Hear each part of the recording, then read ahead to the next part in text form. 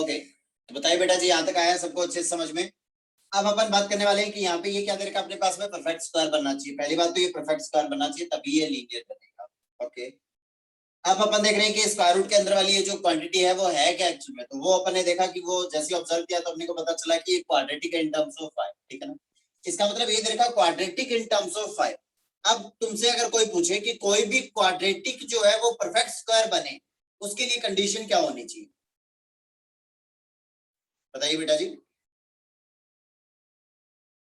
कोई भी क्वाड्रेटिक है वो परफेक्ट स्क्वायर कब बनता है? सर उसका d ग्रेटर देन 0 होना चाहिए। अच्छा, d ग्रेटर देन 1 0 होना चाहिए, तो ये परफेक्ट स्क्वायर तभी बनेगा।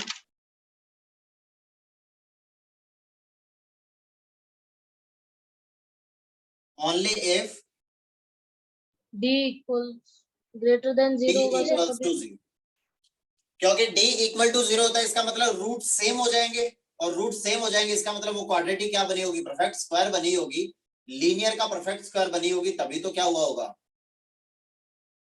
तभी सेम रूट्स तो आएंगे। रूट्स इक्वल है। यस, मतलब रूट्स इक्वल होने का मतलब जैसे रूट्स 1 और 1 आ रहा है, इसका मतलब क्वाड्रेटिक क्या था, x - 1 into x - 1, इसका मतलब x - 1 का होल स्क्वायर गिवन था, राइट। ये तुम्हें बताया भी है, रूट के जब नेचर के बारे में बात हो रही थी तो ये बात अच्छे से लिखवाई भी थी तुम्हें कि कोई भी क्वाड्रेटिक इक्वेशन है वो परफेक्ट स्क्वायर बने, या फिर अपन ऐसा बोलते हैं कि d इक्वल टू 0 है किसी क्वाड्रेटिक का, ये दोनों सेम ही बात है। तो यहां से ये जो भी अपने पास, यहां से ये जो भी अपने पास एक्सप्रेशन बनेगा y में, ये जो भी क्वाड्रेटिक बनेगी उसका अपन क्या करेंगे, उसका d कैसा हो जाना चाहिए, इक्वल टू 0 हो जाना चाहिए। ये इक्वल टू 0 होगा तो ये परफेक्ट स्क्वायर बनेगा, और ये परफेक्ट स्क्वायर बनेगा तो यहाँ से दो लीनियर पेयर मिल जाएंगे, देखो दो लीनियर फैक्टर्स मिल जाएंगे यहाँ से। ये रही वाली बात बेटा जी अच्छे से। सर जो आपने लिखवाया था ना इसमें क्वाड्रेटिक में d इज ग्रेटर देन 0, तो एक d परफेक्ट स्क्वायर बनेगा और एक नहीं बनेगा, तो रूट्स रैशनल और इरेशनल, वो क्या था बेटा जी वो तुम्हें ये बात लिखवाई थी, स्क्वायर रूट के अंदर में क्या दी हुई थी, स्क्वायर रूट के अंदर अपने पास में सीधा सीधा वैल्यू आ रहा था b² - 4ac, right. Yes sir. Okay, वहां पे तुम्हें ये बताया जा रहा था कि वो जो क्वाड्रेटिक है उसके रूट्स कैसे आ रहे हैं, क्या समझे। वहां पे ये बताया गया था कि इस क्वाड्रेटिक के रूट्स कैसे बन रहे हैं। अगर परफेक्ट स्क्वायर बनेगा और जब परफेक्ट स्क्वायर नहीं बनेगा तो स्क्वायर रूट हटेगा नहीं, तो उस क्वाड्रेटिक के रूट्स, फिर से कह रहा हूं मैं, इस क्वाड्रेटिक के रूट्स जो है वो कैसे हो जाएंगे, इरेशनल हो जाएंगे। अगर परफेक्ट स्क्वायर बनेगा तो स्क्वायर रूट से बाहर आ जाएगा, तो वो कैसा बन जाएगा, रैशनल रूट्स हो जाएंगे, राइट। ओके, लेकिन यहाँ पे बात क्या हो रही है, यहाँ पे बात ये हो रही है कि भाई साहब यहाँ से ये इक्वल टू 0 हो रहा है, इसका मतलब यहाँ पे दो बातें बननी चाहिए ना, या तो ये इक्वल टू 0 हो जाए, इसका मतलब एक्स वाई में एक रिलेशन आएगा, इसको जैसे सॉल्व करोगे तो यहां से जैसे इसको सॉल्व करोगे तो यहां से भी x की value in terms of y आएगी कुछ अलग, यहां से इसको सॉल्व करोगे तो x की value in terms of y आएगी कुछ अलग। तो अरे भाई साहब वो वैल्यू यहीं से तो आ रही है, इसको सॉल्व किया x का value in terms of y तो आ रहा है।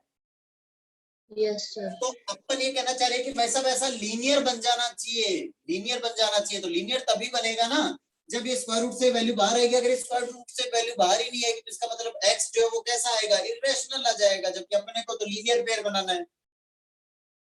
तो इसके लिए अपन ये कहना चाह रहे हैं कि भाई साहब ये स्क्वायर रूट के अंदर ये जो भी वैल्यू है ये परफेक्ट स्क्वायर बने, राइट। अब स्क्वायर रूट के अंदर की वैल्यू की जब अपन ने बात की तो ये क्या बन रहा था, y में क्वाड्रेटिक बन रहा था। ये यहां से यहां तक इसको सॉल्व किया तो ये अच्छा खासा y में क्वाड्रेटिक बन रहा है। तो ये जो y में क्वाड्रेटिक बन रहा है ये परफेक्ट स्क्वायर बनना चाहिए। तो कोई भी क्वाड्रेटिक इक्वेशन परफेक्ट स्क्वायर कब बनता है बेटा, सर जब इक्वल टू 0 कर दो, जब उसका d कैसा होता है, इक्वल टू 0। 0।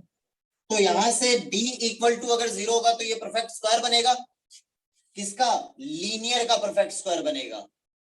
क्योंकि y में क्वाड्रेटिक है तो लीनियर y में लीनियर का स्क्वायर बनेगा, तो y में लीनियर, ये y में लीनियर, तो यहाँ से x इक्वल टू y में एक लीनियर रिलेशन मिल जाएगा। एक बार के लिए प्लस करोगे तो अलग रिलेशन, एक बार के लिए माइनस करोगे तो दूसरा। क्लियर हुई है वाली बात यहाँ तक सबको अच्छे से बेटा? Yes sir. इसका मतलब बेसिकली यहाँ पे काम कौन कर रहा है, ये वाला d, और इसी d को यहां से जो भी d फाइंड आउट करके उसको इक्वल टू 0 करोगे ना, तो जो d की वैल्यू आएगी यहां से, जो d की वैल्यू आएगी, जो d की वैल्यू आएगी वही ये डेल्टा है। इस डेल्टा को चाहो तो ये वाला d लिखना है। क्लियर है वाली बात बेटा जी? इसको जैसे सॉल्व करोगे तो इसको सॉल्व, भाई डिटर्मिनेंट को सॉल्व करना आता है ना भी सबको, अगर नहीं आता तो देख लो, ये वाला a इज मल्टीप्लाइड बाय ये वाला जो जिस भी एलिमेंट को मल्टीप्लाई कर रहे हैं उसकी रो और कॉलम दोनों को एलिमिनेट कर देंगे, हटा देंगे, और इसका मल्टीप्लिकेशन इसके साथ और इसका मल्टीप्लिकेशन इसके साथ, इसका मल्टीप्लिकेशन माइनस इसका मल्टीप्लिकेशन, तो ये क्या हो जाएगा BC minus F square, right? Okay, next हो जाएगा प्लस के बाद आता है माइनस साइन, ये हो जाएगा माइनस ऑफ एच, तो इस बार इसको एलिमिनेट कर देंगे तो ये क्या हो जाएगा HC minus GF, HC minus GF, right?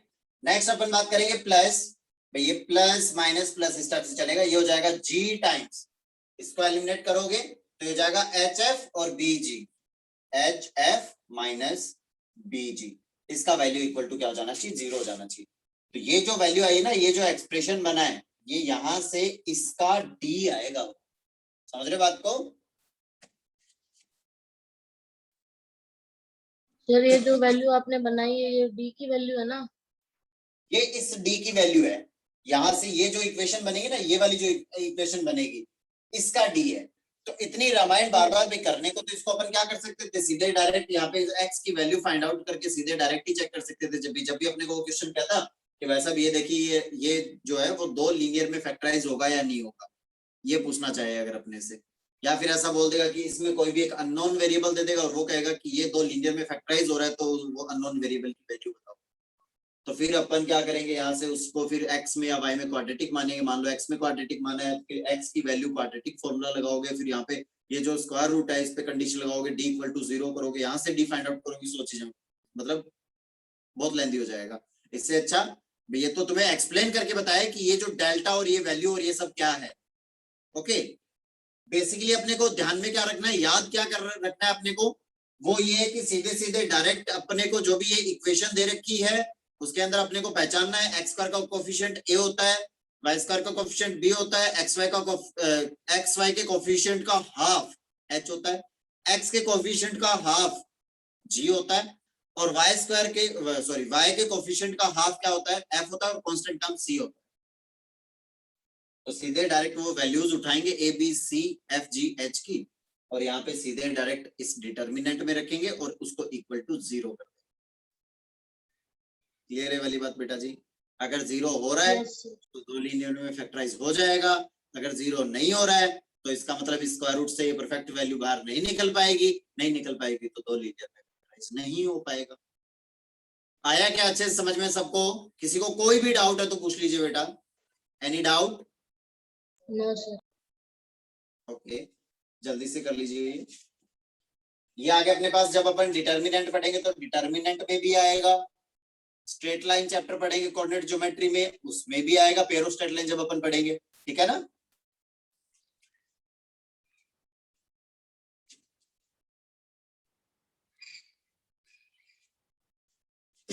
जल्दी से नोट डाउन कर लीजिए बेटा ये।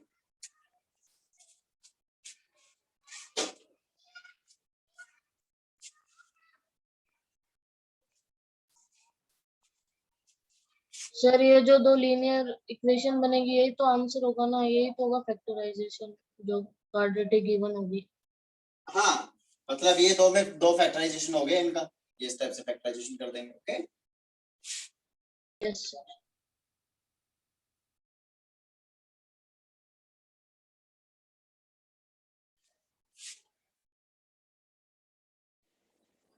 लिखे क्वेश्चन बेटा, क्वेश्चन से अच्छे से क्लियर हो जाएगी चीजें अभी।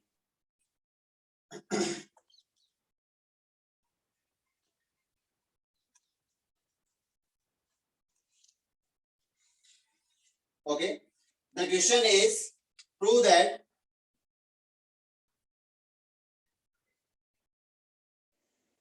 f of x comma y equals to 2x square plus 5xy,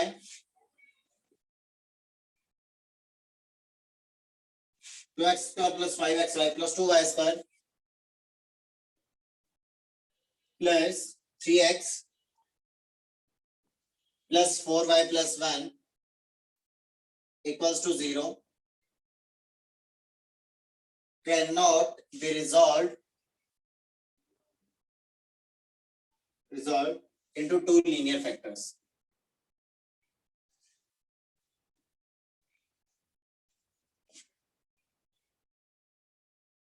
तो जल्दी से बता दीजिए, ये वाला क्वेश्चन मैं करके बता देता हूँ तुम लोगों को। अपन क्या करेंगे भाई साहब, perfect square. That is A B C F G H H G F, ये इसको याद रखने का तरीका इस टाइप से। ओके, ये अगर इक्वल टू 0 हो जाए, ये अगर इक्वल टू 0 हो जाएगा तो लीनियर में फैक्टराइज हो जाएगा, और अगर ये 0 नहीं होगा तो वो क्या हो जाएगा, फैक्टराइज नहीं होगा। ओके, तो फर्स्ट ऑफ ऑल बताइए इसके अंदर a का वैल्यू कितना है बेटा, 2, b का वैल्यू कितना है, 2, c का वैल्यू कितना है सर 4y प्लस 1। बेटा, c का सॉरी वैल्यू है 1 है सर। ओके, f का वैल्यू कितना है बेटा, सर 2। y के कोफिशिएंट का हाफ दैट इज 2। g का वैल्यू कितना है, g क्या होता है, x के कोफिशिएंट का हाफ 3/2 और 5/2 h 5/2 h हो जाएगा 5/2, राइट। तो देखिए वैसे आप डेल्टा फाइंड आउट करते हैं जरा, ये हो जाएगा 2 2 1, okay, f that is 2, g 3/2, h 5/2 5/2 3/2 and 2। Okay, तो देखिए जरा, ये हो जाएगा 2 into 2 minus 4 minus 5/2 times 5/2 times, ये हो जाएगा 5/2 माइनस 3 प्लस 3/2 टाइम्स 5/2 इंटू 2, ये हो जाएगा 5 माइनस 3, राइट। तो ये कितना हो जाएगा बेटा जी, हो जाएगा -4, ये कितना हो जाएगा भाई 5/2, क्योंकि ये कितना हो जाएगा, एक सेकंड कुछ गड़बड़ कर दिया अपन यहाँ पे, ये हो जाएगा 2 5 माइनस 6, तो ये हो जाएगा प्लस का 5/4, राइट। ओके, ये कितना हो जाएगा भैया जी, ये हो जाएगा प्लस का 3, तो ये कितना हो जाएगा, ये हो जाएगा 5/4 माइनस 1, तो ये कितना आ जाएगा 1/4, नॉट इक्वल्स टू 0 है बेटा। तो यहाँ पे अपन ने बोल दिया कि delta is not equals to 0, so f x comma y equals to 0 cannot be resolved in two linear factors. Clear हुआ क्या बेटा ये अच्छे से सबको? Yes sir.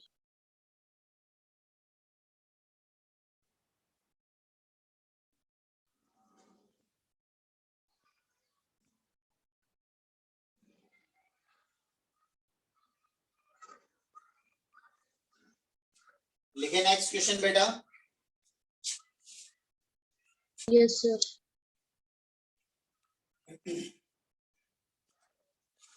तो लिखिए if f x comma y 3x square minus xy minus 2y square plus mx plus y plus 1 can be resolved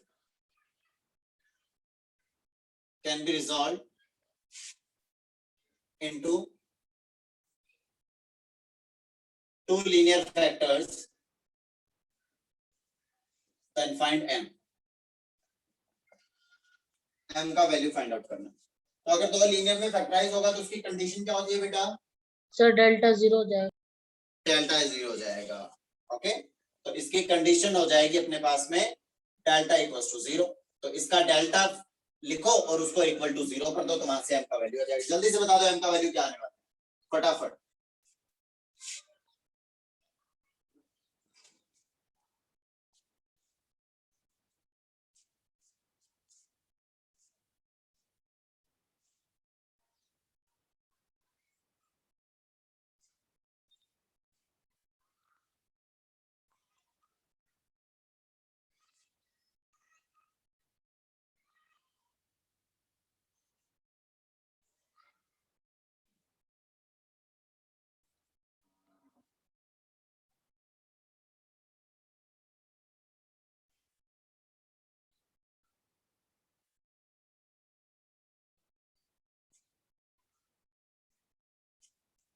क्या आएगा बेटा?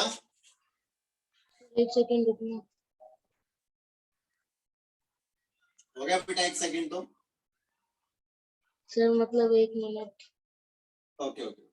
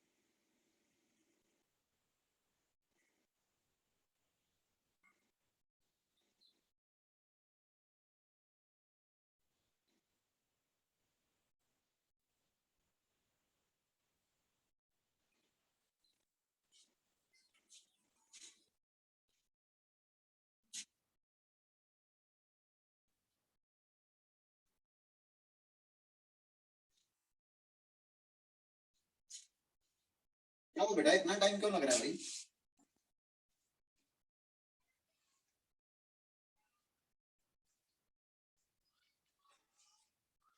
ओके तो चलिए इसका डेल्टा देखने के लिए ए का वैल्यू कितना है 3, बी का वैल्यू -2, सी 1 का वैल्यू 1, एफ का वैल्यू इज 1/2, 1/2, जी का m/2, वैल्यू m/2, -1/2 x की वैल्यू -1/2, राइट? यस ओके तो हो गया 3, -2 and 1, right? 1/2, m/2, -1/2, -1/2, m/2, 1/2 equal to 0 करना है, राइट? तो हो जाएगा 3 टाइम्स, ये हो जाएगा कितना, -2 -1/4, माइनस ऑफ -1/2 करोगे तो +1/2 हो जाएगा, ये हो जाएगा -1/2 -m/4, okay okay okay, plus m/2 times -1/4 and plus m, और इसको इक्वल टू करना है क्या, 0। क्लियर हुआ क्या बेटा जी यहाँ तक अच्छे से?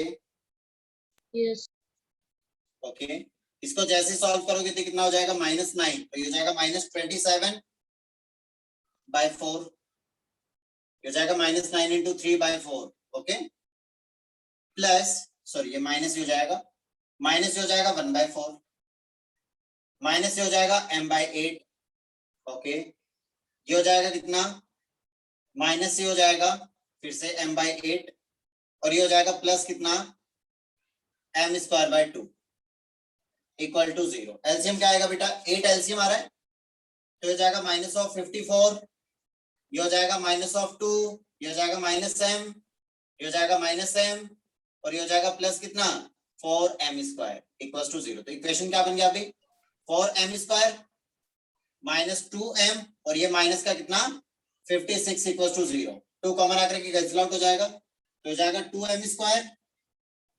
-m, और माइनस से कितना हो जाएगा 28 इक्वल्स टू क्या, 0। क्लियर है बेटा जी वाली बात अच्छे से? तो क्या हो जाएगा अभी, 8 और 7 हो जाएंगे फैक्टर्स, 2m² माइनस हो जाएगा 8m plus 7m -28 equals to 0। तो ये हो जाएगा अपने पास में कितना, m-4 and 2m + 7 equals to 0। तो देखिए यहाँ पे m की वैल्यूज क्या क्या आ जाएंगी, m की एक वैल्यू तो आ जाएगी 4, और दूसरा वैल्यू आ जाएगा -7/2। आया सबको अच्छे से समझ में बेटा?